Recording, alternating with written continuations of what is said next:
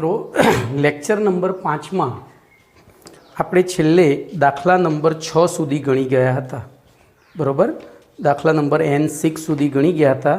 હવે આગળ કેટલીક વ્યાખ્યાઓ છે, બરાબર, જે બે માર્ક્સમાં પૂછાય છે અને બેઝિક વ્યાખ્યાઓ છે। તો આપણા પેમ્ફલેટનો પ્રશ્ન નંબર 15 જોજો, વિદ્યુતકીય અવરોધ અથવા તો વિદ્યુતીય અવરોધ એની વ્યાખ્યા આપવાની છે, એનું એકમ ને બધું સમજાવવાનું છે। તો આ તો ફિઝિક્સનો આર્ટિકલ છે, હું અહીંયા શબ્દોમાં ન લખતા સીધું જ બોલો સંજ્ઞામાં લખીશ। શું હતું તો વિદ્યુતકીય અવરોધની સંજ્ઞા R છે અને R ચલે છે L/A અને તેથી R બરાબર ρ ઇન્ટુ L/A, R બરાબર ρ ઇન્ટુ L/A। હવે આપણે આને શબ્દોમાં ઢાળીએ, વ્યાખ્યા માટે શબ્દોમાં ઢાળીએ તો બોલો, વાહકનો અવરોધ તેની લંબાઈના સમપ્રમાણમાં અને આડછેદના ક્ષેત્રફળના વ્યસ્ત પ્રમાણમાં હોય છે। L ફોર લંબાઈ અને A બરાબર આડછેદનું ક્ષેત્રફળ, બોલો આટલું લખવાનું છે, બરાબર। હવે આ વ્યાખ્યા હતી અને સૂત્રનો આપણે ચલનમાં હતું એને સમતામાં ફેરવ્યું, તો બોલો વ્યાખ્યામાં શું લખીશું? કોઈપણ વાહકનો અવરોધ તેની લંબાઈના સમપ્રમાણમાં અને તેને આડછેદના ક્ષેત્રફળના વ્યસ્ત પ્રમાણમાં હોય છે। તેથી R ચલે છે L/A અને તેથી R બરાબર, હવે જો ચલનમાંથી સમતામાં ફેરવીએ એટલે કોઈ અચળાંક મૂકવો પડે, એ અચળાંક તરીકે આપણે ρ મૂકી દીધો। હવે આના પદો સમજાવીએ તો આ પદો બધા જ હવે અહીંયા ફરીથી સમજાવવાના છે, એટલે હું નીચે જ લખી દઉં છું, જ્યાં R બરાબર અવરોધ, ρ બરાબર અવરોધકતા, જોજો, અથવા વિશિષ્ટ અવરોધ, અવરોધકતા અથવા વિશિષ્ટ અવરોધ, L એટલે વાહકની લંબાઈ અને A એટલે વાહકના આડછેદનું ક્ષેત્રફળ। ચલો હવે આનો એકમ તારવીએ, બરાબર। બોલો આનો એકમ શું થશે? તો એકચ્યુઅલી અવરોધકતાનો SI એકમ ઓમ સ્વીકારેલો છે, SI એકમ ઓમ છે, તો એકમ ઓમ છે, જેને ઓહમ, ઘણા ઓહમ પણ ઓમ વંચાય, પણ એનું પરિમાણ, હવે જોજો આ પરિમાણ ફિઝિક્સમાં પૂછાય ને અહીંયા પૂછાય, તો એ પરિમાણ તમારે યાદ રાખવાનું છે। તો પરિમાણ, પરિણામ નહીં હો, પરિમાણ, તો પરિમાણ છે kilogram metre square, KG metre square upon second square into ampere square, તો સેકન્ડ સ્ક્વેર બરાબર સેકન્ડ ક્યુબ, સોરી મારી ભૂલ થઈ, second cube into ampere square, બરાબર। તો અહીંયા તમારે એને યાદ રાખવાનું છે, તો હું અહીંયા એક શબ્દ આપીશ, કેમ સ, સ એટલે SA, કેમ સ, આપણે મહેસાણા કે ચરોતરની ભાષા બોલીએ છીએ એવું સમજવાનું છે। કેમ સ તો 232, કેમ સ 232, તો કેજી કિલોગ્રામ, મીટર સ્ક્વેર, પછી સમા S સેકન્ડ ક્યુબ અને એનો એમ્પિયર સ્ક્વેર, તો આ પરિમાણ પૂછાય છે। હવે ઓમનું માપન કરવા, તો માપનનું સાધન, તો ફિઝિક્સનો આર્ટિકલ છે, વિસ્ટન બ્રિજ વપરાય છે। શું વપરાય છે? વિસ્ટન બ્રિજ વપરાય છે। તો તમારે આટલું યાદ રાખવાનું છે। 2 માર્ક્સની થિયરીમાં તમે આટલું લખો, અહીંયા પહેલાં શબ્દોમાં વ્યાખ્યા લખી, પછી આ સૂત્ર ફરીથી જો આખો પ્રશ્ન કેવી રીતે લખવો એ સમજાવી દો। તો વિદ્યુતકીય અવરોધ અથવા તો વિદ્યુતીય અવરોધ, અહીંયા તો કોઈપણ વાહકનો વિદ્યુતીય અવરોધ તે વાહકની લંબાઈના સમપ્રમાણમાં અને તેના આડછેદના ક્ષેત્રફળના વ્યસ્ત પ્રમાણમાં હોય છે, એટલે કે R ચલે છે L/A, તેથી R બરાબર ρ ઇન્ટુ L/A। હવે અહીંયા આ પદો સમજાવી દીધા કે R બરાબર અવરોધ, પછી ρ એટલે અવરોધકતા અથવા તો વિશિષ્ટ અવરોધ, L એટલે વાહકની લંબાઈ, A એટલે વાહકના આડછેદનું ક્ષેત્રફળ। હવે એનો એકમ, તો એકમ એનો ઓમ સ્વીકારેલો છે। પછી પરિમાણ, તો કિલોગ્રામ મીટર સ્ક્વેર પ્રતિ second cube into ampere square, અને એને યાદ રાખવા માટે કેમ સ 232, કેમ સમાં SA યાદ રાખવાનું છે, એટલે kilogram metre square second cube અને એમ્પિયર સ્ક્વેર। હવે એનું માપન કયા સાધનથી કરી શકાય? તો વિસ્ટન બ્રિજ નામના સાધન વડે એનું માપન કરી શકાય છે. બસ આટલું યાદ રાખવાનું છે. હવે હું આમાંથી નીકળતા બે એસક્યુની વાત કરીશ. તો પહેલો એસક્યુ છે વિદ્યુતીય અવરોધને એસઆઈ એકમ અને તેનું પરિમાણ. બોલો એસઆઈ એકમ ઓમ અને એનું પરિમાણ. તો આમાંથી એક મળી ગયો. પછી બીજો પ્રશ્ન છે વિદ્યુતીય અવરોધનું માપન કરવા માટે કયા સાધનનો ઉપયોગ કરવામાં આવે છે? તો વિસ્ટન બ્રિજનો. ચલો એના પછી પ્રશ્ન નંબર 16. અહીંયા મેં એટલા માટે આને આ રીતે લખ્યું છે કે આ ચારેય આર્ટિકલ એકબીજાને રિલેટેડ છે. ધ્યાન રાખજો. જે આપણે 4 આર્ટિકલ આજે ચર્ચા કરીશું, જો કે વધારે ચાલશે, પણ એમાંથી 4 આર્ટિકલ તો એકબીજાના શું છે? રિલેટેડ છે. ચલો 16મો પ્રશ્ન. 16મો પ્રશ્ન છે આજ અવરોધકતા, વિદ્યુતકીય અવરોધકતા અથવા વિશિષ્ટ અવરોધ એટલે આરયુએ. તો વિદ્યુતકીય અવરોધકતા અથવા બોલો બીજું શું લખાય? વિશિષ્ટ અવરોધ. બોલો આની વ્યાખ્યા આપવા માટે શું કરીશું આપણે? આ પ્રશ્નો છે, જોજો આ પ્રશ્નો છે. આની વ્યાખ્યા આપવા માટે આપણે શું કરીશું? તો સૂત્રનો કરતાં રોને કરી દઈશું. તો જોજો અહીંથી જે જવાબ મળે તો રો બરાબર બોલો શું થાય? R into A by L. Rho બરાબર રાલ. મેં આ રીતે યાદ રાખ્યું છે. રો બરાબર રાલ. રાલ એટલે R A by L. Rho બરાબર રાલ. હવે આના ઉપરથી વ્યાખ્યા આપીએ. બોલો શું વ્યાખ્યા આપીશું? કેવી રીતે આપીશું? તો એકમ આડછેદનું ક્ષેત્રફળ અને એકમ લંબાઈ ધરાવતા વાહકના અવરોધને તેની વિશિષ્ટ અવરોધ અથવા તો વિદ્યુતકીય અવરોધકતા કહે છે. ફરીથી આ બેને એકમ કરી નાખો એટલે જો આપણે આરની વ્યાખ્યા જાણીએ છીએ તો આરની વ્યાખ્યાને જ રોની વ્યાખ્યા બનાવી દઈએ. આરની વ્યાખ્યાને જ રોની વ્યાખ્યા બનાવી હોય શું કરવું પડે? આ બેને એકમ બનાવી દઈએ. તો એકમ લંબાઈ અને એકમ આડછેદનું ક્ષેત્રફળ ધરાવતા એકમ લંબાઈ અને એકમ આડછેદનું ક્ષેત્રફળ ધરાવતા વાહકના અવરોધને એટલે કે વિદ્યુતકીય અવરોધને તેની વિશિષ્ટ અવરોધ અથવા તો વિદ્યુતકીય અવરોધકતા કહે છે. ફરીથી એમાં પણ આના જ વસ્તુ સમજાવવાની થશે. આટલે સુધી તો એનું જ આવશે જ્યાં આર બરાબર રો, અરે અહીંયા ઊંધું લખવાનું, પહેલો રો લખવાનો, રો બરાબર પછી બોલો તો આર બરાબર એલ બરાબર અને એ બરાબર. બોલો આટલું સમજાવ્યું. ચલો એનો એકમ. તો એકમ શું થશે?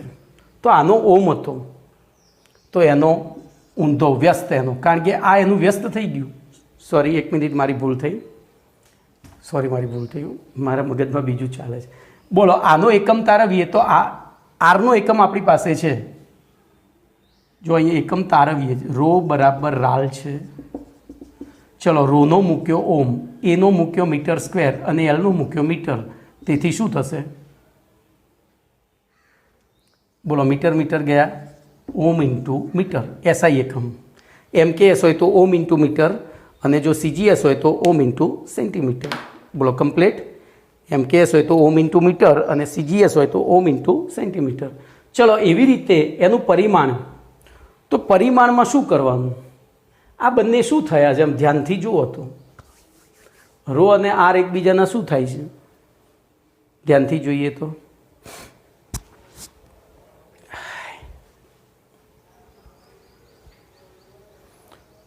એનું પરિમાણ પણ એનું એ જ થશે, પણ ખાલી ઘાત બદલાશે. તો અહીંયા જોજો હું પેન બદલું છું. પરિમાણમાં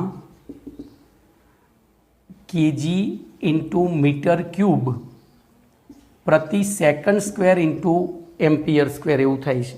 અરે second cube into ampere square. બોલો આમાં આપણે એની ટ્રીક બનાવીશું તો અહીંયા શું થઈ જશે? બોલો તો કેમ સ 332. પેલો 232 હતો, આ થઈ ગયો 332. તો આમાંથી એ બે MCQ પૂછાય. હવે કયા પૂછાય મારે કંઈ કહેવાની જરૂર નથી. બોલો પહેલી તો એની એકમ અને સંજ્ઞા. તો એકમ શું થયો? તો ઓમ ઇન્ટુ મીટર સ્ક્વેર અને સંજ્ઞા એની રો છે, બરાબર. પછી એનું પરિમાણ. બોલો પરિમાણ શું થઈ ગયું? Kilogram metre cube. પછી second square cube into ampere square થાય. ચલો એના પછી જોજો એસઆઈ પદ્ધતિમાં એક નોંધ યાદ રાખવાની છે. અહીંયા એસઆઈ પદ્ધતિમાં વિદ્યુતકીય અવરોધકતાને વિશિષ્ટ અવરોધક કહે છે. આ આપણે બે નામ સાચા, પણ એસઆઈ પદ્ધતિમાં આનું નામ શું છે? વિશિષ્ટ અવરોધ. એટલે જ્યાં પણ વિશિષ્ટ અવરોધ આપ્યો હોય ત્યાં આપણે શું સમજવાનું, રો સમજીને ચાલવાનું, બરાબર. અને અવરોધકતા પૂછી હોય, વિદ્યુતકીય અવરોધકતા પૂછી હોય તો આપણે શોધવાનું શું, તો વિશિષ્ટ અવરોધ જ શોધવાનું છે. ઓકે, ચલો વિદ્યુતકીય વાહકતા વિશે ટૂંક નોંધ. હવે તો એ પણ 2 માર્ક્સમાં. હવે આ 4 પ્રશ્નો હું એટલા માટે સાથે લખું છું કે પહેલો આવડશે તો બીજો આવડશે, ને બીજો આવડશે તો ત્રીજો આવડશે, ને ત્રીજો આવડશે તો ચોથો આવડશે. ચલો આપણો 17મો પ્રશ્ન, બોલો શું છે પ્રશ્ન, તો વિદ્યુતકીય વાહકતા વિશે ટૂંક નોંધ લખો. વિદ્યુતકીય અથવા તો વિદ્યુતીય વાહકતા, જોજો એની સંજ્ઞા જી છે. હવે જોજો એક મોટો પ્રશ્ન અહીંયા એ આવે કે ભાઈ આની સંજ્ઞા જી કેમ આપી, કારણ કે વાહકતાને ઇંગ્લિશમાં કંડક્ટન્સ કહેવાય. શું કહેવાય, કંડક્ટન્સ. તો સંજ્ઞા સી હોવી જોઈએ ને, તો જી કેમ આપી, બોલો કોઈને આઈડિયા આવશે? તો કેમેસ્ટ્રીની અંદર સી સંજ્ઞા કોન્સન્ટ્રેશનને ફાળવી દેવાય છે. કેમેસ્ટ્રીની અંદર સી સંજ્ઞા કોને ફાળવી દેવાય છે, કોન્સન્ટ્રેશનને. એટલે આપણી પાસે બીજો કોઈ રસ્તો છે નહીં. અને જી તો હવે એનું પર્ટિક્યુલર રીઝન શું છે તો મને નથી ખબર, પણ સી કેમ નથી આપી એનું કારણ આ છે, બરાબર. તો આપણે એની સંજ્ઞા જી. હવે જોજો વાહકતા અને અવરોધકતા, તો એની વ્યાખ્યા આપણે સીધું જી બરાબર 1/r પતી ગયું. જી બરાબર 1/r એની વ્યાખ્યા. તો શું વ્યાખ્યા લખશો શબ્દોમાં, તો કોઈપણ અવરોધના વ્યસ્ત મૂલ્યને એની શું કહેવાય, વાહકતા. કોઈપણ અવરોધના વ્યસ્ત મૂલ્યને એની શું કહેવાશે, વાહકતા, બરાબર. હવે એના ઉપરથી આપણે હવે આરની મૂલ્યો મૂકતા જઈએ તો જી બરાબર શું થશે, તો 1/r છે. તો 1/r છે એટલે છેદમાં 1/ρ થાય, ઇન્ટુ આ છેદમાં છે અંશમાં જતું રહે, અંશનું છેદમાં આવી જાય તો a/l. હવે જોજો આ 1/ρ માટે એક નવો શબ્દ જી બરાબર કે, કપ્પા. એબીસીડીનો એટલે એ ગ્રીક એબીસીડીનો કપ્પા શબ્દ છે. તો કેનો ઉપયોગ આપણે કરીએ છીએ, જેને વિશિષ્ટ વાહકતા કહેવાય, વિશિષ્ટ વાહકતા કહે છે. તો બોલો સૂત્ર શું થઈ ગયું, ગઈકાલ. શું થઈ ગયું, ગઈકાલ. જી બરાબર કે ઇન્ટુ a/l. હવે હું તમને ઇન્સિસ્ટ કરીશ કે જ્યાં પણ કોઈ પણ જગ્યાએ આમાંથી કોઈ પણ દાખલો ગણવો હોય તો આ સૂત્ર તમને ઇઝીલી યાદ રહેશે, ગઈકાલ. અને ગઈકાલથી શરૂ કરીને તમે જવાબ લાવી શકશો. આ બધામાં મિક્સ થાય તો વાંધો. જો આ તો એક મેં બ્રહ્માસ્ત્ર હું આપી રહ્યો છું કે ભાઈ ચલો આ ભૂલી ગયા કે યાદ નથી આવતું તો ગઈકાલ તો યાદ આવે જ, કારણ કે આપણે પેપરમાં તૈયારી ગઈકાલે જ કરી હોય. આવતીકાલે કોઈ દિવસ તૈયારી થાય નહીં. પેપરમાં હંમેશા તૈયારી ક્યારે કરી હોય, ગઈકાલે જ. તો ગઈકાલ ઉપરથી તો ચલો એના પદો હું લખતો નથી. બોલો જી એટલે વાહકતા, કે એટલે વિશિષ્ટ વાહકતા, એ એટલે આડછેદનું ક્ષેત્રફળ અને એલ એટલે લંબાઈ, બરાબર. હવે એના એકમની વાત કરીએ. વચ્ચેનું થોડું મેં લખ્યું નથી. તો બોલો એકમ શું થશે, તો અવરોધનો એકમ ઓમ છે તો વાહકતાનો એનો વ્યસ્ત 1/ઓમ એટલે કે ઓમ ઇનવર્સ, અથવા એની જગ્યાએ મોહ પણ લખવામાં આવે છે. શું લખવામાં આવે છે, તો 3 એકમો થયા. હવે જો આ એકમ સ્વીકારેલો એકમ છે અને એનું પરિમાણ શું થશે, તો પરિમાણ આપણે યાદ રાખી લઈશું. ગણતરી કરવા બહુ બેસવાનું નથી કારણ કે ફિઝિક્સ નથી, આ કેમેસ્ટ્રી છે. તો બોલો પરિમાણ શું થશે, તો એ ક્યાં યાદ રાખવાનું, આરનું પરિમાણનું વ્યસ્ત. આરના પરિમાણનું વ્યસ્ત. બોલો આરનું પરિમાણ શું હતું, તો s³a²/kg ઇન્ટુ m³ પર m². કમ્પ્લીટ. તો આપણે ટ્રીક આ 2 જ યાદ રાખવાની છે, કસમ 232, કેમ છે 232 ને કેમ છે 332. 232 અવરોધ માટે, તો પછી વાહકતા માટે ઊંધું વ્યસ્ત કરી નાખવાનું. એના વિશિષ્ટ અવરોધ માટે તો કેમ છે 332. ઓકે, ચલો હવે આગળ જઈએ.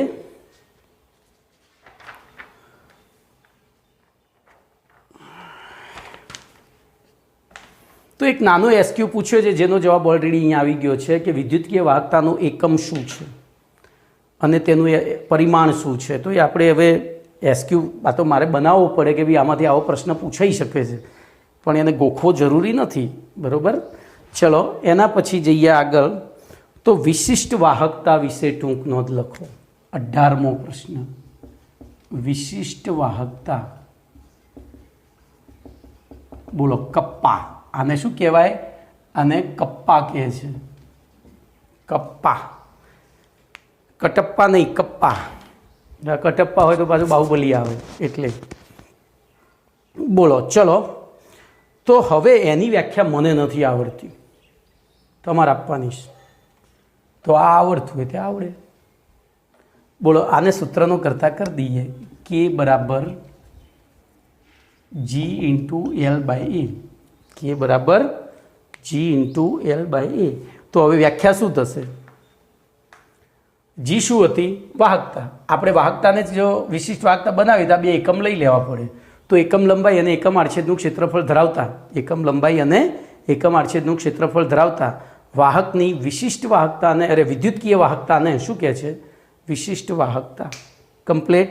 ચલો એના પદો હવે અહીંયા આ રીતે લખી દેવાના, આર ને બધું. તો એ આપણે લખતા નથી, સીધું એકમ ઉપર આવીએ. બોલો એકમ તો શું થશે? તો એનો એકમ આના ઉપરથી જ લખવાનો. બોલો હેડો. તો જીનો એકમ શું હતો? ઓમ ઇનવર્સ અથવા તો મો. અને આ બેમાં ઉપર મીટર ને નીચે મીટર સ્ક્વેર. તો બોલો શું થશે? મો પ્રતિ મીટર થાય. મો પ્રતિ મીટર થશે. શું થશે? અથવા મો પ્રતિ સેન્ટીમીટર. મો પ્રતિ સેન્ટીમીટર. પણ એના માટે એક એકમ, આ મોહની જગ્યાએ પાછું આ મોહનું બીજું એક નામ, કારણ કે આની સમજૂતી સિમેન્સ અથવા તો સાયમન્સ નામના વૈજ્ઞાનિકે આપી હતી. તો એને સાયમન્સ પ્રતિ મીટર અથવા સાયમન્સ પ્રતિ સેન્ટીમીટરના નામે પણ ઓળખવામાં આવે છે. તો વિશિષ્ટ વાહકતાનું એકમ, એની સંજ્ઞા, એનું નામ કપ્પા, સંજ્ઞા કે, અને એનો એકમ મો પ્રતિ મીટર અથવા મો પ્રતિ સેન્ટીમીટર અથવા તો સાયમન્સ પ્રતિ મીટર અથવા તો સાયમન્સ પ્રતિ સેન્ટીમીટર છે. બોલો એનું પરિમાણ શું થશે? તો આનું વ્યસ્ત કરી દેવાનું. સોરી, આનું મારી ભૂલ થઈ છે. શું થશે એનું પરિમાણ? તો એનું પરિમાણ થશે second cube into ampere square પ્રતિ કિલોગ્રામ ઇન્ટુ મીટર ક્યુબ થશે. સોરી, આનું જ થાય ને? હા, આનું થશે. તો આનું તો પરિમાણ તો second cube into ampere square પ્રતિ કિલોગ્રામ ઇન્ટુ મીટર ક્યુબ. બોલો કમ્પ્લીટ. તો આ 4 પ્રશ્નો 2-2 માર્ક્સમાં પૂછાય અને આમાંથી 2-2 માર્ક્સના દાખલાય પૂછાય છે. તો હું એવું ઇન્સિસ્ટ કરીશ કે તમારે આ 4માંથી ગમે તે પૂછાય, આ એક જ સૂત્ર યાદ રાખવાનું છે. અને એની ઉપરથી બોલો, એની ઉપરથી જી બરાબર શું લખીશું? તો 1/r. એટલે બોલો આર આવી ગયો. પછી કે તો એ તો આના ઉપરથી પછી 1/r આવે તો રોય આવી જાય ને બધું આવી જાય. એટલે ગઈકાલનું સૂત્ર વાપરશો તો મને નથી લાગતું કે આવો કોઈ MCQ ખોટો પડે. બરાબર આવશે દાખલા, એટલે હું શીખવાડીશ. ચલો, વિશિષ્ટ વાહકતાનો વ્યવહારુ એકમ. વિશિષ્ટ વાહકતાનો વ્યવહારુ એકમ શું છે? બોલો. તો મો સેન્ટીમીટર અથવા તો મો પ્રતિ મીટર. બરાબર, એ વ્યવહારુ એકમ થયો. ચલો, વિશિષ્ટ વાહકતાનો એસઆઈ એકમ શું છે? તો એસઆઈ એકમ મોહની જગ્યાએ આપણે સાયમન્સ લખીએ છીએ. આટલું ખાસ યાદ રાખજો. MCQમાં મોટાભાગના વિદ્યાર્થી આ માર્ક્સ મૂકીને આવે છે. MCQમાં મોટાભાગના વિદ્યાર્થીઓ આ માર્ક્સ મૂકીને આવે છે. બરાબર. ચલો, એના પછી વિશિષ્ટ વાહકતાનું પરિમાણ જણાવો. તો વિશિષ્ટ વાહકતાનું પરિમાણ થશે સેકન્ડ ક્યુબ એમ્પિયર સ્ક્વેર. લખેલું જ છે જો બોર્ડ ઉપર, second cube ampere square kilogram into metre cube. Okay. ચલો, હવે એક નોંધ યાદ રાખવાની છે. એસઆઈ પદ્ધતિમાં વિશિષ્ટ વાહકતાને વાહકતા પણ કહેવામાં આવે છે. જેમ વિદ્યુતકીય અવરોધકતાને વિશિષ્ટ અવરોધ કહેવામાં આવે છે, એમ વિશિષ્ટ વાહકતાને વાહકતા પણ કહેવામાં આવે છે. આ યાદ રાખજો. એટલે દાખલામાં ક્યાંય વાહકતા આપ્યું હોય તો શું શોધી કાઢવાનું? વિશિષ્ટ વાહકતા જ શોધવાની છે. Okay, clear? તો એક વખત શાંતિથી આને પોઝ કરીને, આ વિડીયોને પોઝ કરીને એક સાથે 4 પ્રશ્નો જોઈ લો તમે.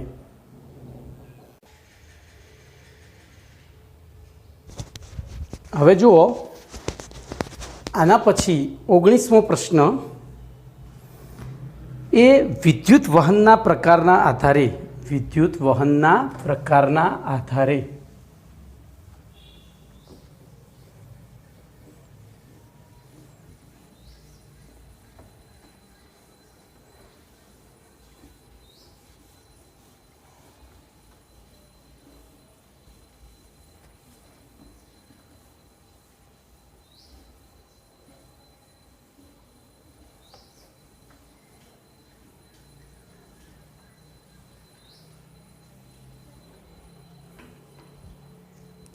તો પ્રશ્ન નંબર 19 છે,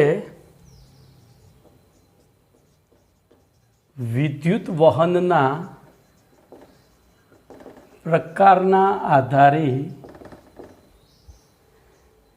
વિદ્યુત વાહકોના પ્રકાર સમજાવો.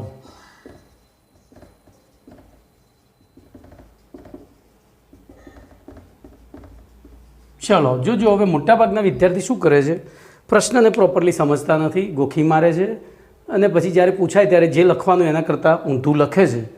પણ અહીંયા તમને પ્રશ્નમાં વિદ્યુત વહનના પ્રકારના આધારે વિદ્યુત વાહકના પ્રકાર સમજાવો. તો બોલો, આપણે વિચારીએ કે વિદ્યુતનું વહન શેમાંથી થાય, આટલું જ વિચારવાનું છે, ગોખવાનું ક્યાંય છે જ નહીં. એટલું વિચાર્યા પછી તમે લખો એટલે તમારો જવાબ ક્યારેય ખોટો ના પડે. બોલો, તો વિદ્યુતનું વહન શેમાંથી થાય વિચારો. તો ધાતુઓમાંથી થાય, મિશ્ર ધાતુઓમાંથી થાય, પછી વિદ્યુત વિભાજ્ય પદાર્થના જલીય દ્રાવણોમાંથી થાય છે, ભણી ગયા આપણે. તો પછી વિદ્યુત વહનના પ્રકારના આધારે કેટલા પ્રકાર પડે? તો 2. એક ધાત્વીય વાહકો, જોજો ધાતુઓમાંથી થાય છે. હું અહીંયા પહેલાં તમને ખબર પડી રીતે સમજાવું. તો પહેલું ધાત્વીય વાહકો અને બીજું દ્રાવણ વાહકો. આ આપણી ભાષામાં આપણે સમજ્યા. પણ ધાત્વીય વાહકો, બોલો ધાતુમાં વિદ્યુતનું વહન શેના વડે થાય છે? બોલો, ધાતુમાં વિદ્યુતનું વહન શેના વડે થાય છે? તો મુક્ત ઇલેક્ટ્રોન વડે. શેના વડે? અને મુક્ત ઇલેક્ટ્રોન વડે થાય છે. માટે આ ધાત્વીય વાહકોને ઇલેક્ટ્રોનીય વાહકો પણ કહે છે. શું કહે છે? તો આપણે લખવાનું છે આ તો આપણે જે જાણતા હતા એને આમાં કન્વર્ટ કર્યું. આપણે જે જાણતા હતા એને આપણે તો જાણીએ છીએ કે આપણે દૈનિક જીવનમાં વિદ્યુતનું વહન ક્યાં ક્યાં થતું જોવા મળે છે. તો આપણા ઘરે વાયરિંગ જે છે, વાયરિંગમાં ધાતુઓ છે. અને આપણા ઘરે જે પાણી ગરમ થાય છે ગીઝરમાં કે એમાં, તો એ પાણી જો 100% શુદ્ધ પાણી હોય ને તો ગરમ ના થાય.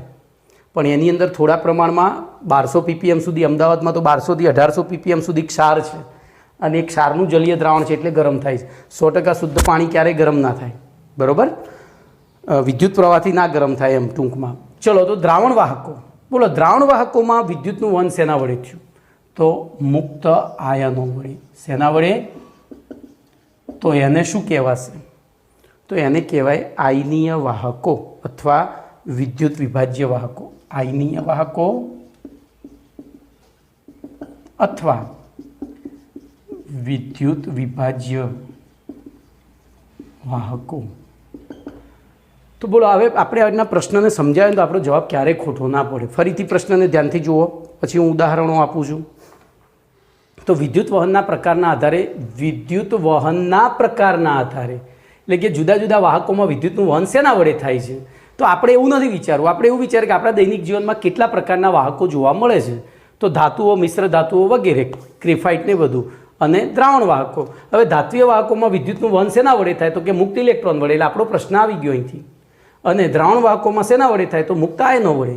તો મુક્ત ઇલેક્ટ્રોન વડે થતું હોય એને ઇલેક્ટ્રોનીય વાહકો કહેવાય અથવા ધાત્વીય વાહકો કહેવાય. ઇલેક્ટ્રોનીય વાહકો અથવા ધાત્વીય વાહકો. એમ મુક્ત આયનો વડે થતું હોય એમને આયનીય વાહકો અથવા વિદ્યુત વિભાજ્ય વાહકો પણ કહે છે. હવે બોલો, ઉદાહરણ આપવાનું મારે જરૂર રહી. તો ધાત્વીય વાહકોમાં શેના ઉદાહરણ લખીશું? તો બધી ધાતુઓ લખી શકાય. મિશ્ર ધાતુ આવે, ગ્રેફાઇટ ખાસ યાદ રાખજો. ગ્રેફાઇટ અધાતુ છે તેમ છતાં એ ધાત્વીય વાહકમાં આવે છે. બોલો કેમ? તો 11મા ધોરણમાં આપણે પી વિભાગના તત્વોમાં ગ્રેફાઇટનું બંધારણ ભણ્યા હતા. એમાં દરેક કાર્બન ઉપર sp2 સંકરણ ઉદ્ભવે છે. અને sp2 સંકરણ ઉદ્ભવે એટલે અન્ય ત્રણ જ કાર્બન જોડાઈ શકે. હવે કાર્બન પાસે 4 ઇલેક્ટ્રોન છે, જોડાયા 3 કાર્બન, તો 1 ઇલેક્ટ્રોન પડ્યો રહે, એને મુક્ત ઇલેક્ટ્રોન તરીકે વર્તે. એ જે પડ્યો રહે ને એ મુક્ત ઇલેક્ટ્રોન તરીકે વર્તે. અને ગ્રેફાઇટ એ ધાત્વીય વાહક, ભલે પોતે અધાતુ રહ્યું પણ ધાત્વીય વાહક તરીકે વર્તે છે. ઓકે, ચલો એના પછી આયનીય વાહકોના ઉદાહરણો લઈએ તો કોઈ પણ વિદ્યુત વિભાજ્યનું જલીય દ્રાવણ લેવાય, જેમ કે NaCl, KCl, કોઈ પણ લઈ લો, બરાબર? ચલો, હવે વિદ્યુતીય વાહકતાને અસર કરતા મુખ્ય પરિબળ. જોજો, વાહકતાને અસર કરતા મુખ્ય પરિબળ તો વિદ્યુત વાહક પદાર્થનો પ્રકાર એટલે કે મૂળભૂત પદાર્થ, પછી તાપમાન અને દબાણ. આ 3 વસ્તુ અસર કરે છે. જેમ કે હું સીધી રીતે વાત કરું તો આપણા ઘરે જે વાયરિંગ છે, વાયરિંગમાં કોપર પણ વપરાય અને એલ્યુમિનિયમ પણ વપરાય, સિલ્વર પણ વાપરી શકાય, ગોલ્ડ પણ વાપરી શકાય, બરાબર, કારણ કે બધી ધાતુઓ છે. પણ તેમ છતાં આપણે મોસ્ટલી કોપર કેમ વાપરીએ છીએ? જોજો, એકચ્યુઅલી એલ્યુમિનિયમની વાહકતા વધારે છે. એલ્યુમિનિયમની વાહકતા વધારે છે એટલે જો તમારા ઘરમાં એલ્યુમિનિયમના તાર હોય ને બધા જ, તો લાઇટ બિલ ઓછું આવે, કમ્પેરેટિવલી કોપરની કમ્પેરમાં ઓછું આવે. તો પછી આપણે એલ્યુમિનિયમ કેમ વાપરીએ છીએ, અરે કોપર કેમ વાપરીએ છીએ? તો એલ્યુમિનિયમ બરડ ધાતુ છે, વળી એની સપાટી ઉપર વાતાવરણના ઓક્સાઇડનું એક રક્ષણકારી કવચ બનતું જાય છે અને એની બરડતા વધતી જાય છે. એટલે ક્યાંય વળાંક હોય ને ત્યાંથી એ તૂટી જાય, વળાંકમાંથી સહેલાઈથી તૂટે. અને તમે જાણો છો કે જ્યારે વાહકોમાં વચ્ચે બ્રેક હોય અને આ રીતે એકબીજાના સંપર્કમાં હોય તો અહીંયા સ્પાર્કિંગ થયા કરે અને સ્પાર્કિંગથી આગ લાગવાના ચાન્સીસ રહેલા છે, બરાબર. સ્પાર્કિંગથી આગ લાગવાના ચાન્સીસ રહેલા છે. એટલે કે આપણે ઘરેલું ડોમેસ્ટિક વાયરિંગમાં એલ્યુમિનિયમ એટલે નથી વાપરતા. તમે હાઈ ટેન્શન લાઈનો જોશો બહાર રોડ ઉપરની લાઈનો, તો એમાં એલ્યુમિનિયમના જ વાયર હોય, કારણ કે ત્યાં કશું સળગે એવું હોય જ નહીં. આજુબાજુમાં જોજો ઘણી જગ્યાએ જોઈન્ટ હશે ને ત્યાં તમે ગામડામાં, ખાસ અમદાવાદમાં તો આપણે અંડરગ્રાઉન્ડ બધું વાયરિંગ છે, પણ ગામડાઓમાં જાઓ તો ડીપી પાસે ઘણી જગ્યાએ એના સ્પાર્કિંગ ચાલુ જ હોય 365 દિવસ, પણ ત્યાં આજુબાજુમાં કંઈ સળગે એવું છે નહીં. ઘરમાં તો ઘણું બધું સળગે એવું હોય. એટલે બહાર એલ્યુમિનિયમ વાપરવાથી ફાયદો થાય. એક તો એની વિદ્યુત વાહકતા વધારે, એટલે પેલો જે કહેવાય ને ટ્રાન્સમિશન લોસ ઓછો આવે, બરાબર. તો પહેલું અસર કરતા પરિબળ વિદ્યુત વાહકનો પ્રકાર, એ દ્રાવક છે કે પછી એટલે કે દ્રાવણ છે કે ધાત્વીય વાહક છે. પહેલું એ ધાત્વીય વાહક છે તો જુદી જુદી ધાતુની જે છે એની વાહકતા જુદી જુદી છે. સૌથી સારામાં સારી વાહકતા કોની છે? તો સિલ્વરની.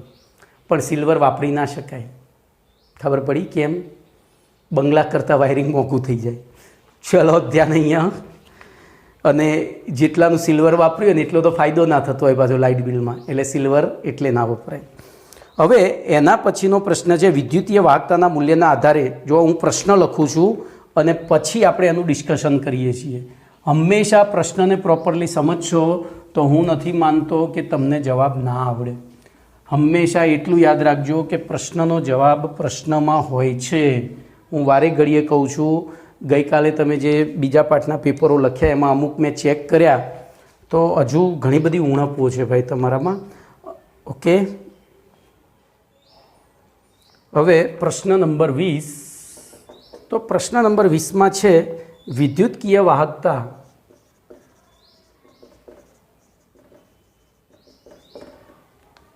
ના મૂલ્યના આધારે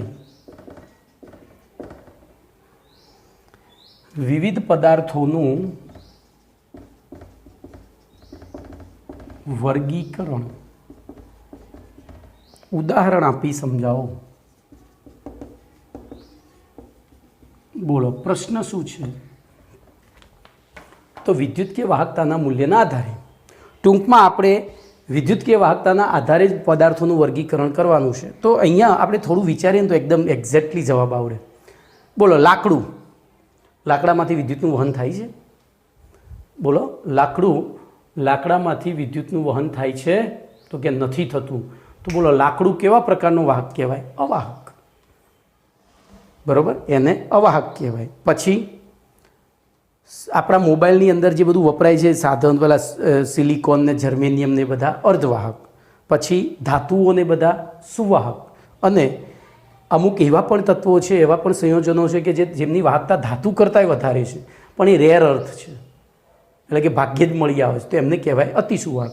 તો વાહકતા મૂલ્યના આધારે એનું 4 વિભાગમાં વર્ગીકરણ થાય, A, B, C અને D. કયા કયા 4? તો વિદ્યુતકીય અવાહકો. હું અહીંયા વિદ્યુતીય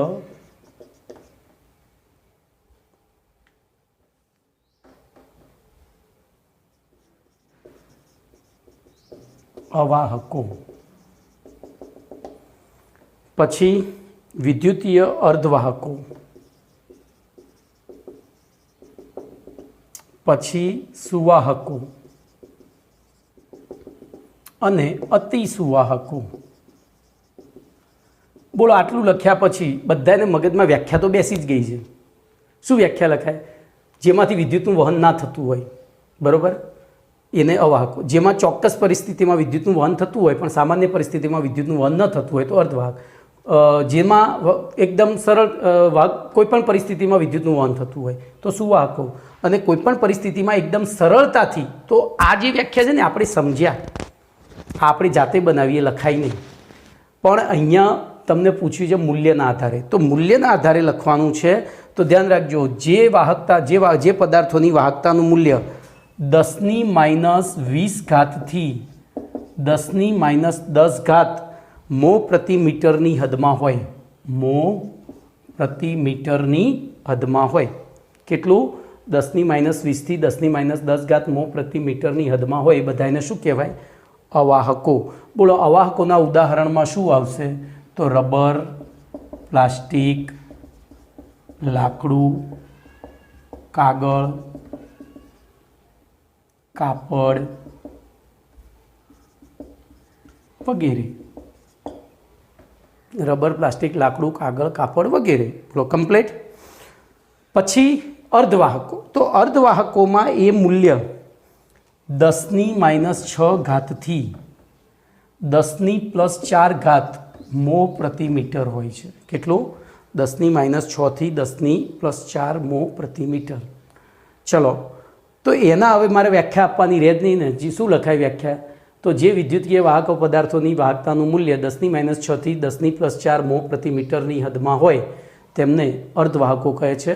અર્ધવાહકો તરીકે સિલિકોન, જર્મેનિયમ, પછી કેટલાક મિશ્રિત, જોજો મિશ્રિત તત્વો છે, જેમ કે gallium arsenide, GaAs, gallium arsenide. Complete. પછી વિદ્યુત સુવાહકોની વાત કરીએ.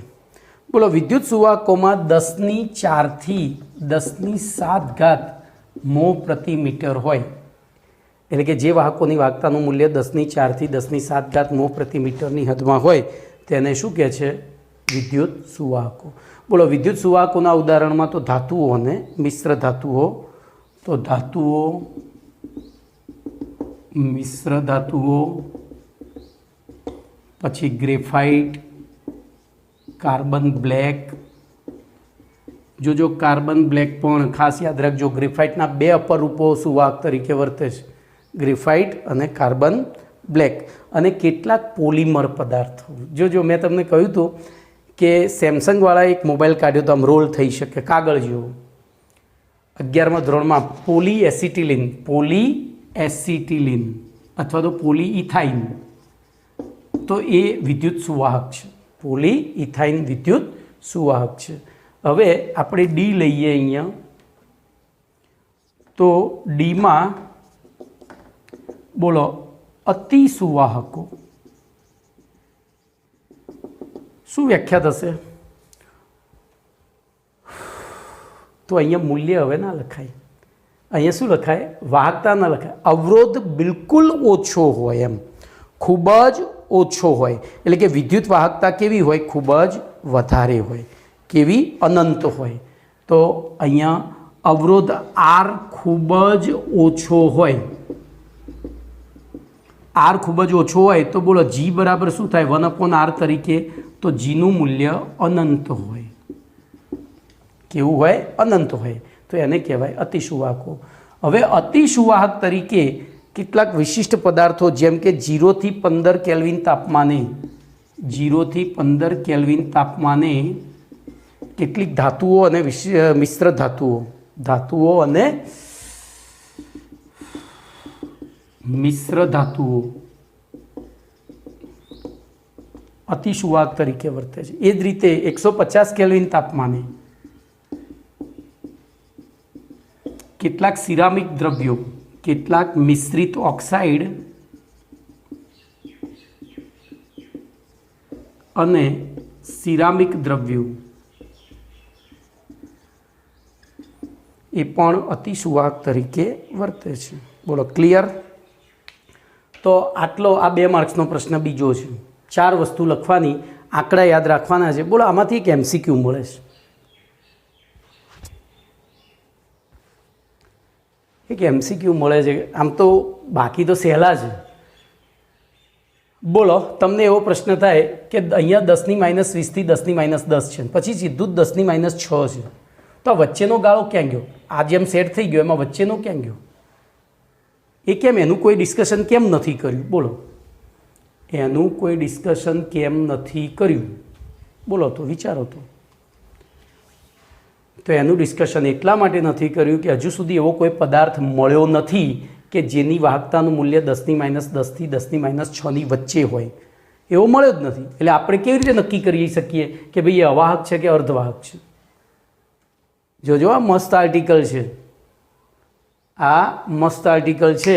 આ બેની વચ્ચેની વેલ્યુવાળો હજુ સુધી કોઈ પદાર્થ મળ્યો જ નથી કે જેથી કરીને આપણે નક્કી કરી શકીએ કે વાહક છે કે અર્ધવાહક.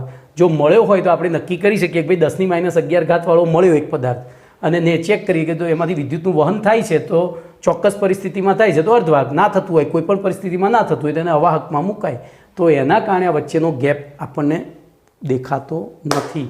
તો એવો MCQ પૂછે કે એક પદાર્થની વાહકતા 10⁻10 થી 10⁻6ની વચ્ચે છે તો તેને કયા વિભાગમાં વર્ગીકૃત કરી શકાય? બોલો. તો ચોથો ઓપ્શન હોય અનિર્ણિત, એટલે કે નક્કી કરી શકાતું નથી. આપણી પાસે એનો કોઈ પુરાવો જ નથી. ઓકે, ચલો એના પછી આગળનો પ્રશ્ન લઈ લઉં છું. ભાઈ આજના લેક્ચરમાં બધા નાના 2 માર્ક્સના જ પ્રશ્નો છે એટલે ચાલશે વધારે, બરાબર? અને આમાંથી MCQ એ મસ્ત મળે છે. દરેક આર્ટિકલ વિચારશો એટલે તમને MCQ મળી જ જશે. ચલો 21મો પ્રશ્ન છે, વિદ્યુતકીય વાહકતાને, સોરી અહીંયા ઇલેક્ટ્રોનીય વાહકતા છે, મારી ભૂલ થઈ. કેમ ભાઈ મારી આ ભૂલ કેમ કહેવાય? ચલો એમાંથી કંઈક શીખવાનું છે.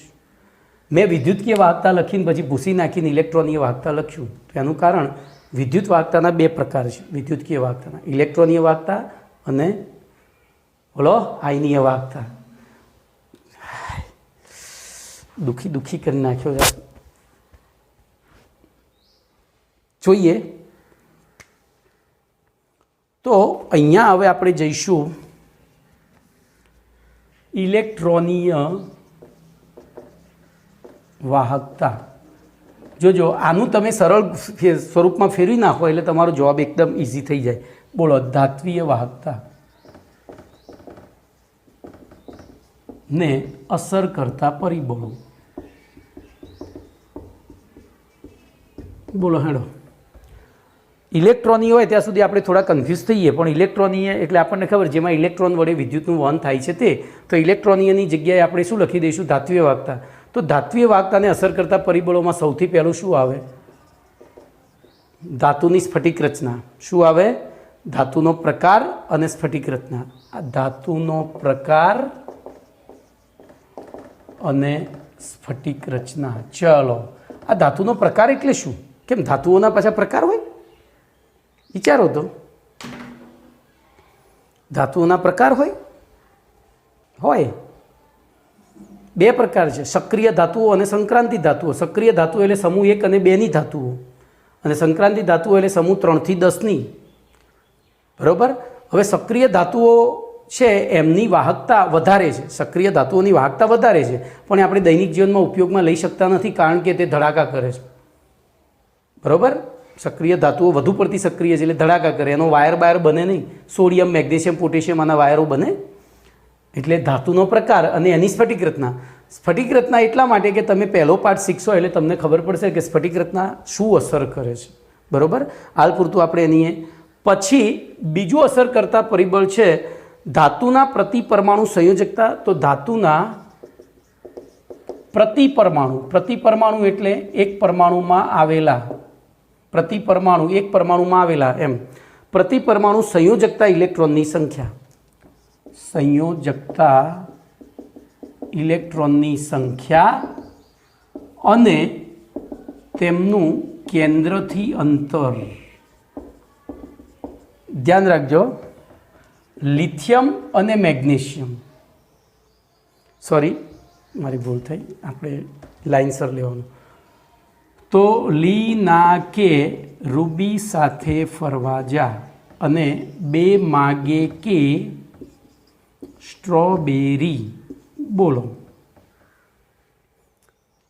લી ના કે તો ઉપરથી નીચે તરફ જઈએ એમ બધાની સંયોજકતા ઇલેક્ટ્રોનની સંખ્યા સરખી છે, પણ કેન્દ્રથી દૂર જઈએ એમ સંયોજકતા ઇલેક્ટ્રોન શું થાય છે, વધતા જાય. અરે કેન્દ્રથી દૂર જતા જાય, દૂર જાય એટલો મુક્ત થાય તો સરળતાથી ઇલેક્ટ્રોનનું વિદ્યુતનું વહન કરી શકે. બરોબર. તો બોલો બીજું અસર કરતા પરિબળ શું છે? ધાતુના એક પરમાણુમાં આવેલા સંયોજકતા ઇલેક્ટ્રોનની સંખ્યા અને તેનું કેન્દ્રથી અંતર. અને ત્રીજું ધાતુનું તાપમાન. ભાઈ આ આર્ટિકલ આઈએમપી એટલા માટે આઈએમપી કે અહીંયા ધાત્વીય વાહકો અને દ્રાવણ વાહકોમાં આ પરિબળની અસર વિરુદ્ધ છે. ધાત્વીય વાહકો અને તો ધ્યાન રાખજો એની નીચેનો જે એસક્યુ છે જો મેં લખી જ દીધો છે નોટ્સમાં, પણ મારી ફરજ છે કે તમને સમજાવું. બોલો શું એસક્યુ છે કે ધાતુની વાહકતા ઉપર તાપમાનની અસર સમજાવો. બોલો ધાતુનું તાપમાન વધે એમ તાપમાન વધે ક્યારે તાપમાન વધે એમ વાહકતા વધશે કે ઘટશે? કોઈ વિચારો તો મને કહો તો. ધાતુનું તાપમાન વધે એમ વાહકતા વધશે કે ઘટશે?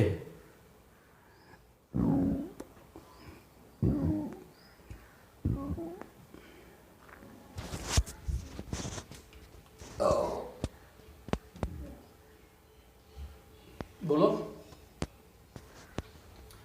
તો તાપમાન વધે એમ શું થાય? આપણે ધાત્વીય બંધ ભણી ગયા છીએ. તાપમાન વધે એમ ધાત્વીય બંધ ભણી ગયા છીએ. જોઈએ. બોલો ધાત્વીય બંધની અંદર શું હોય? આ રીતે પરમાણુ કર્નેલ હોય અને એની વચ્ચે મુક્ત ઇલેક્ટ્રોન હોય, વિસ્થાનીકૃત ઇલેક્ટ્રોન હોય. બરોબર.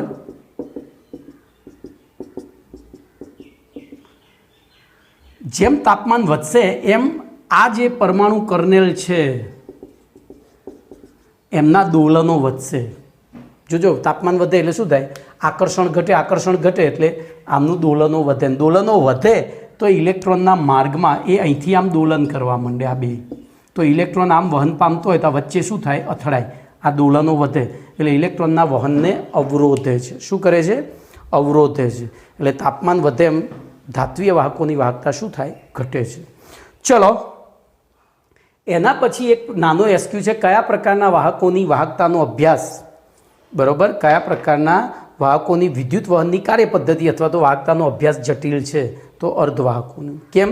તો એ ચોક્કસ પરિસ્થિતિમાં વાહક તરીકે વર્તે છે અને કેટલીક પરિસ્થિતિમાં અવાહક તરીકે વર્તે છે. તો એવું કેમ થાય છે એ આપણે સમજવાનું છે. તો ફરી એક નાનો પ્રશ્ન છે એનો એ જ કે કયા પ્રકારના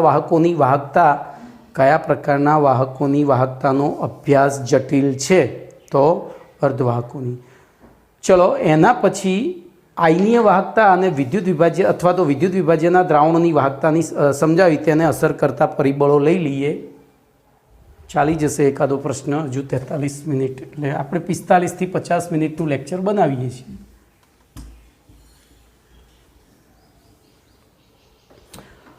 તો ધ્યાન રાખજો મેં હમણાં જ કહ્યું એમ કે 100% શુદ્ધ પાણી હોય તો શું આપણા ગીઝરમાં ગરમ થાય ખરું? તો ના થાય. કેમ ના થાય? તો 100% શુદ્ધ પાણીમાં હું પહેલો પ્રશ્ન લખી દઉં એટલે તમે જોતા હોય તો મગજમાં પ્રશ્ન રહે.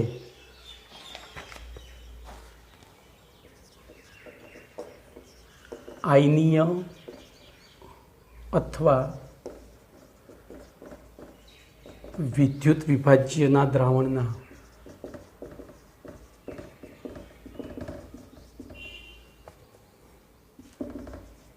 વિદ્યુત વાહકતા સમજાવી તેને અસર કરતા પરિબળો જણાવો. આવો પ્રશ્ન છે. તો આપણે અહીંયા હવે આ જ વસ્તુ સમજાવવાની છે એટલે હું સીધું જ વાત કરીશ. બોલો 100% શુદ્ધ પાણી 100% શુદ્ધ પાણી વિદ્યુત અવાહક હોય. કેમ? તો આપણને ખબર છે કે વિદ્યુતનું વહન બે જ રીતે થાય, કાં તો આયનો વડે કાં તો મુક્ત ઇલેક્ટ્રોન વડે. પણ 100% શુદ્ધ પાણીમાં આયનોની સાંદ્રતા 100% શુદ્ધ પાણીમાં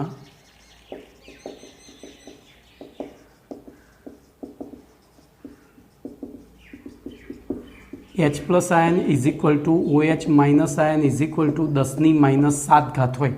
આપણે 11મા ધોરણમાં ભણી ગયા છીએ. બરાબર. 10⁻⁷ મોલર હોય છે. હવે આવી પરિસ્થિતિમાં 100% શુદ્ધ પાણીની વાહકતા કેટલી થાય છે? તો એ વાહકતા 3.5 ગુણ્યા 10⁻5 સાયમન્સ પ્રતિ મીટર જેટલી થાય છે. બોલો કેટલી થાય છે? 10⁻5. તો બોલો એને શું ગણવું? તો હમણાં આપણે જે લિસ્ટ બનાવ્યું તો એમાં 10⁻20 થી 10⁻10 હોય એને અવાહક ગણ્યા હતા. 10⁻6 થી 10+4 હોય તો 10⁻5 એ અર્ધવાહકમાં આવ્યું. એટલે પાણી કેવું થયું? 100% શુદ્ધ પાણી અર્ધવાહક હોય છે, બરાબર, એટલે કે મંદવાહક હોય છે. હવે જો આ પાણીની અંદર જો હવે હું પાણી લઉં અને એમાં કોઈ વિદ્યુત વિભાજ્ય પદાર્થ ઓગાળું તો શું થશે બોલો? તો એમાં Na+ પ્રબળ વિદ્યુત વિભાજ્ય, Cl- H+ અને OH- આયનો આ ઓગળીને આયનો પેદા કરે તો સામે H2O પણ વિયોજન કરે અને આયનો પેદા થાય. તો હવે તો 100% શુદ્ધ પાણી, આ 100% શુદ્ધ હતું પણ એની અંદર NaCl ઉમેર્યો એટલે શું બની ગયું? એ સુવાહક બન્યું. શું બન્યું? સુવાહક. તો બોલો બેઝિકલી હતું કેવું? અવાહક. કેવું હતું? અર્ધવાહક. આપણે આને અર્ધવાહકની રેન્જમાં કહી શકીએ કારણ કે વાહક એ બન્યું, અવાહક પણ હતું એમ. તો એને એટલે આપણે અર્ધવાહક કહીએ છીએ. હવે જો અહીંયા વિદ્યુતનું વહન થાય છે શેના વડે? તો આયનો વડે. એ માટે એને આયનીય અથવા તો વિદ્યુત વિભાજ્ય વાહકતા પણ કહે છે.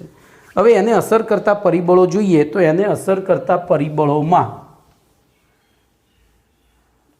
4 પરિબળોનો સમાવેશ થાય છે. સૌથી પહેલું જો અસર કરતા પરિબળો, એમાં પહેલું પરિબળ છે વિદ્યુત વિભાજ્ય પદાર્થનો સ્વભાવ.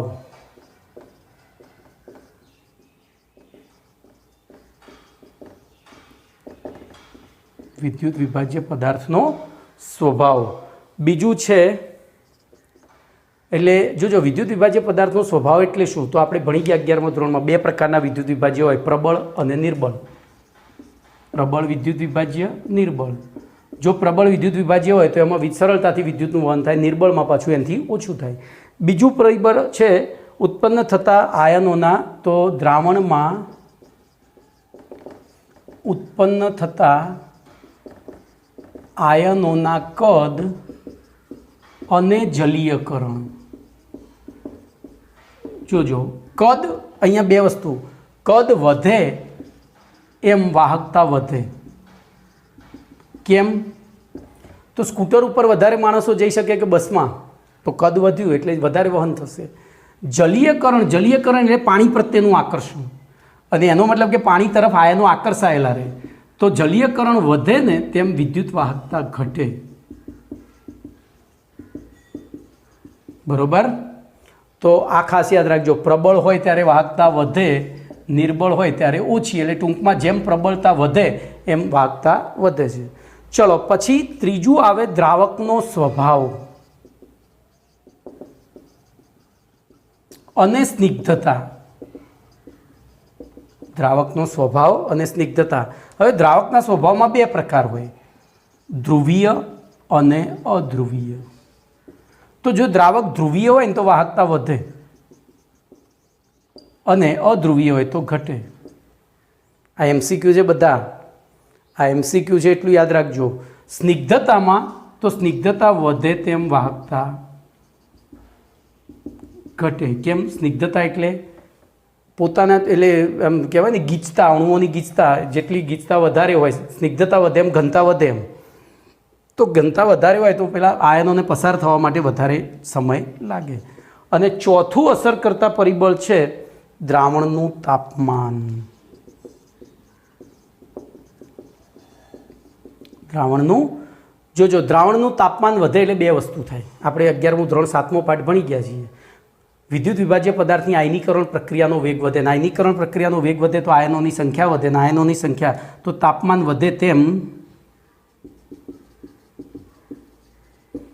વિવિની આયનીકરણ પ્રક્રિયાનો વેગ વધે છે.